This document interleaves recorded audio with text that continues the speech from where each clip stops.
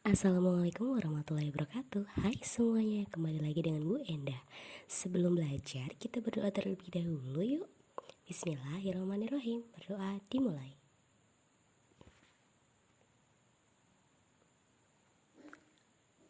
Amin.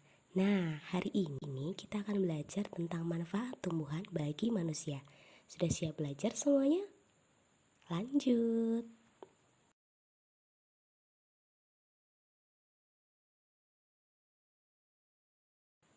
Perhatikan pada gambar ya. Ada manusia, tumbuhan, dan hewan. Hewan dan manusia memperoleh manfaat dari tumbuhan.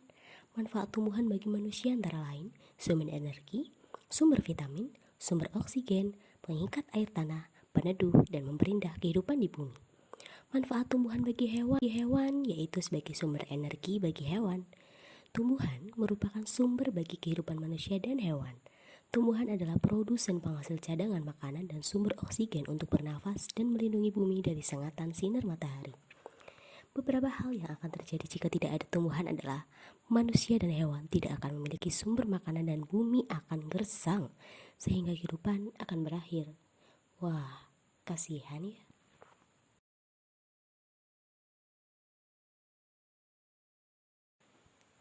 Nah, sekarang bacalah teks bagaimana jagung berkembang biak pada paragraf ke-1 ini ya teman-teman. Selamat membaca.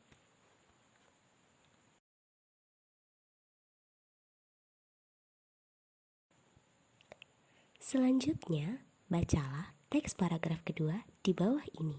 Selamat membaca.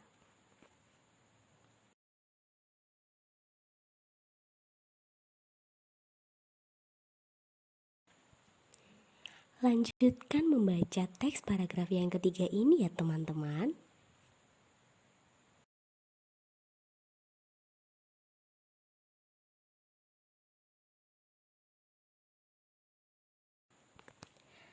Lanjutkan untuk membaca teks paragraf keempat dan kelima ini.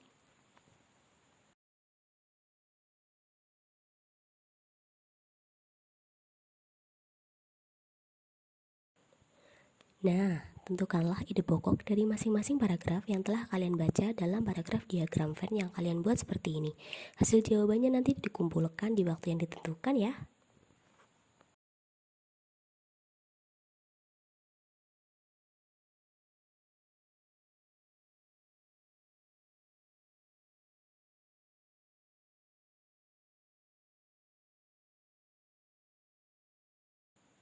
Perkembangbiakan generatif secara kawin dilakukan melalui proses penyerbukan dan pembuahan. Perkembangbiakan generatif pada tumbuhan diawali dengan penyerbukan, yaitu jatuhnya serbuk sari ke kepala puting. Setelah terjadi penyerbukan, pada serbuk sari tumbuh bulu serbuk sari yang menuju keluar bakal biji. Di dalam ruang bakal biji akan terjadi pembuahan. Hasil dari pembuahan adalah zigot. Zigot berkembang menjadi lembaga, bakal biji berkembang menjadi biji dan bakal buah. Kemudian bakal buah berkembang menjadi daging buah. Lembaga yang berada di dalam biji merupakan calon tumbuhan baru.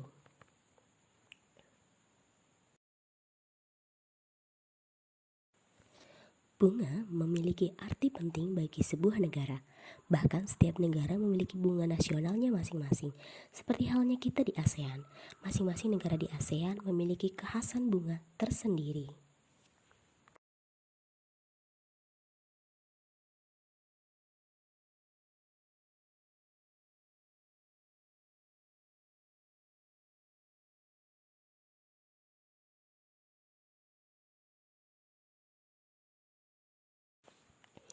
Berikut adalah bunga nasional di negara ASEAN, Brunei Darussalam.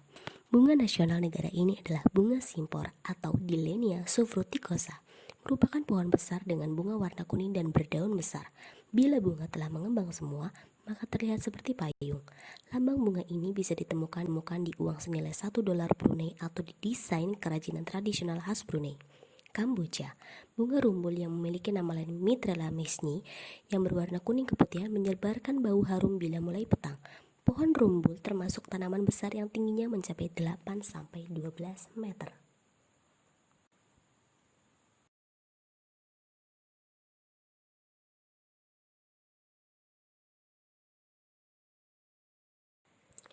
Indonesia.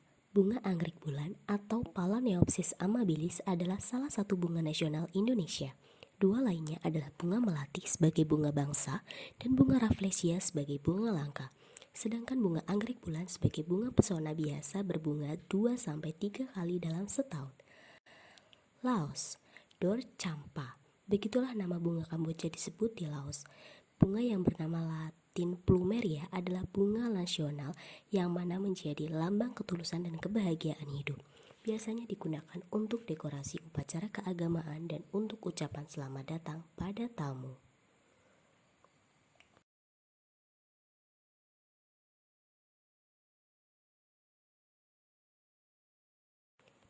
Filipina.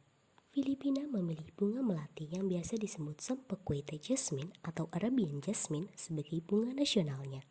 Bunga ini berbunga sepanjang tahun.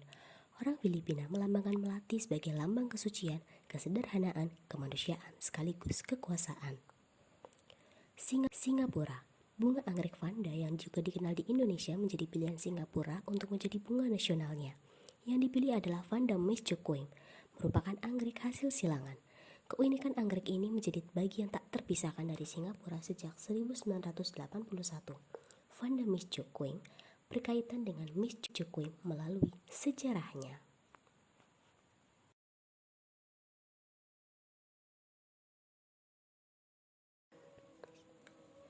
Malaysia.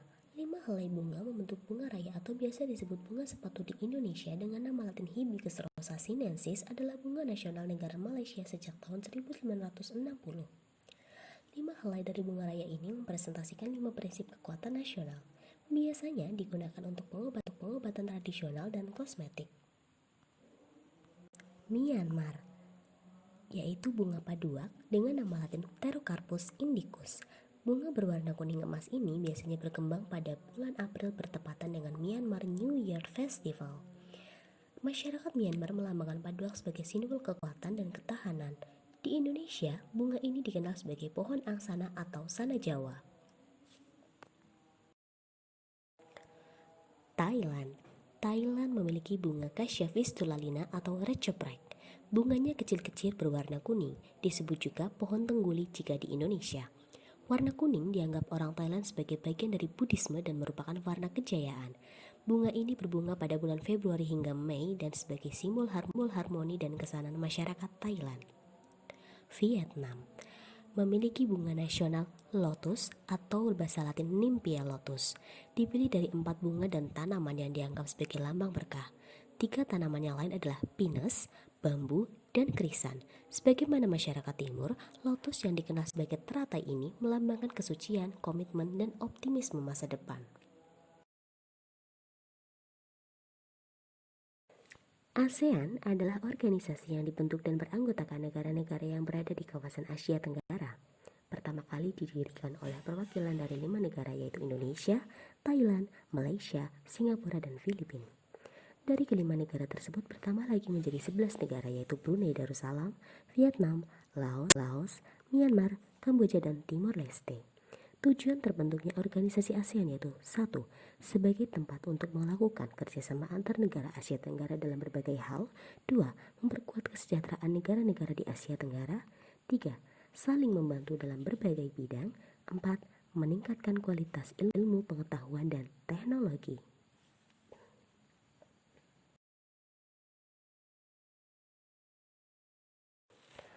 Demikian belajar kita hari ini. Kita tutup dengan doa ya. Berdoa dimulai. Alhamdulillah, mudah-mudahan bermanfaat ya. Sampai jumpa lagi dengan Bu Edah di lain kesempatan. Terima kasih. Assalamualaikum warahmatullahi wabarakatuh. Dadah.